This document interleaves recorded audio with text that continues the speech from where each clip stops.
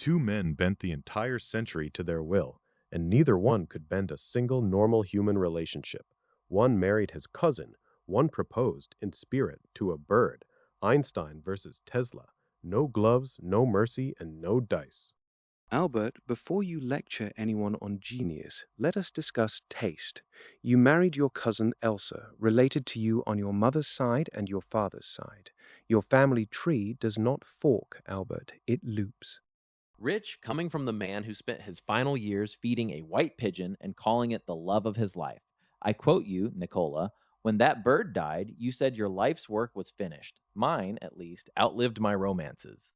At least my beloved had wings. Your first wife, Mileva, did the mathematics you quietly took the credit for. Then you settled her silence with Nobel money you had not even won yet. Some equations you solve, some you pay off out of court. And you died owing a hotel, Nicola, in room 3327, chosen because the number divides cleanly by 3. You could light a field of bulbs with no wires, but you could never once balance a checkbook. I required 18 napkins at every dinner and polished each one to perfection. You wore the same grey suit until it practically rotted off your back and forgot your own street in Princeton. One of us was fastidious, one of us was feral. Feral, yes, and also a Nobel laureate, yes. They pickled my brain in a jar for 40 years hunting for the secret ingredient. Nobody ever had to open your skull, Nicola. Your obsessions were visible clear across the ballroom. Petty is easy when both men are holding live ammunition, but underneath the insults sits the real wound, and it was never about love. It was about credit. Who actually built the modern world, and whose name ended up bolted to it? Then let us speak of credit, the alternating current in your walls, the induction motor, the roar of Niagara, all mine. And whose face gets printed on the story? Edison's. Marconi lifted my radio patents and took my Nobel. History is a thief with excellent publicity. You want sympathy for being robbed? I published Relativity and the whole cosmos rearranged itself around a patent clerk in Bern. You built a tower at Wardenclyffe to broadcast free power to all mankind, and Morgan cut the funding the second he realized he could not attach a meter to the sky. Because I dreamed too large for small men to finance. You, Albert, dreamed the exact dimensions of a Swiss patent office. Safe, fundable, correct. Correct is not the insult you think it is, Nicola. Being correct is the entire job. You handed the world wonders and died convinced everyone had stolen them. I handed the world one equation and spent 30 years terrified of what men would do with it. The bomb, yes. You wrote the letter that pried that door open, Albert, and then you spent the rest of your life wringing your hands on the wrong side of it. I illuminated cities. You helped incinerate two of them. A fair cut, and it lands. I signed that letter to Roosevelt, and I have never stopped paying for it. But do not pretend your death rays and particle beams were peace offerings. We both handed lit matches to a species that adores fire. So both men touched something close to the divine, and both of them got burned. But there is a reason neither one could ever stop. Genius at this altitude is not a gift you unwrap. It is a compulsion that quietly eats everything else in the room. Admit it, Nicola, you did not choose the work. It possessed you. You saw the entire alternating current motor complete in one flash, walking through a Budapest park, and you could not sleep until it was real. That is not inspiration. That is a haunting. And you, Albert? You chased one unified theory for 30 years at Princeton, while quantum mechanics marched right past you, laughing. God does not play dice, you kept insisting, plugging your ears against the universe's own answer. Same disease, it simply wore a nicer coat on you.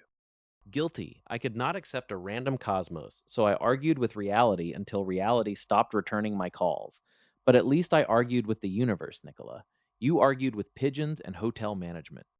I argued with the future, Albert, and the future proved me right. In 1926, I described the telephone in your pocket, the whole earth reduced to a single brain, images and voices flung through empty air. They called me a lunatic. Now they call it Tuesday. And that is the exact cruelty of it. You were not wrong, Nicola. You were early, and early looks precisely like insane, right up until the world finally catches up, by which time you are dead and some other man is cashing the check. Precisely. To be right too soon is its own kind of prison. The lightning always obeyed me, Albert. It was men who never did. And there it is, the thing the whole roast was hiding from the start. Being the smartest person in the room is not a throne you get to sit on. Very often it turns out to be a form of solitary confinement with a view. You died alone, Nicola, in a rented room with a bird and a stack of unpaid bills. And I died alone too, in my own way, surrounded by admirers who no longer understood a single word I said. Fame, it turns out, is a very crowded kind of loneliness. I never married. I told everyone I would be no good to a wife, that my mind belonged wholly to the work, and I called that sacrifice noble. Alone at 3 in the morning with the pigeons, Albert, it felt considerably less noble than it sounded in the lecture hall. I had wives and children and a world that adored my face while never once reading my papers. My own son ended his days in an asylum while I chased invisible fields across a chalkboard. We were both fathers, Nicola, who abandoned the living for the eternal. Would you do it again, Albert, knowing the full price? The isolation, the theft, the pigeon, the letter, the bomb, the jar, all of it. Would you walk back in? In a heartbeat. That is the terrible confession underneath all of it. We did not suffer for the work in spite of loving it. We loved the work more than the people, and the work loved us back the only way it knew how, which is to say, not at all. Then perhaps we finally deserve each other's company. Two ghosts still arguing over credit that neither of us can spend, in a room the world forgot to keep the lights on in. They spent their entire lives being right, and it cost them nearly everyone. The married cousin, the beloved pigeon, the brain in the jar, the silent hotel room, every bit of it real, and every bit of it the actual price of seeing further than the people standing right beside you. So here's the question they leave on the table for you. If you could be brilliant enough to genuinely reshape the world, but the fine print said you would be alone at the very top of your own mind, would you sign it? Be honest, because somewhere out there, quietly, some of you already have. I'm Caleb. Think about it.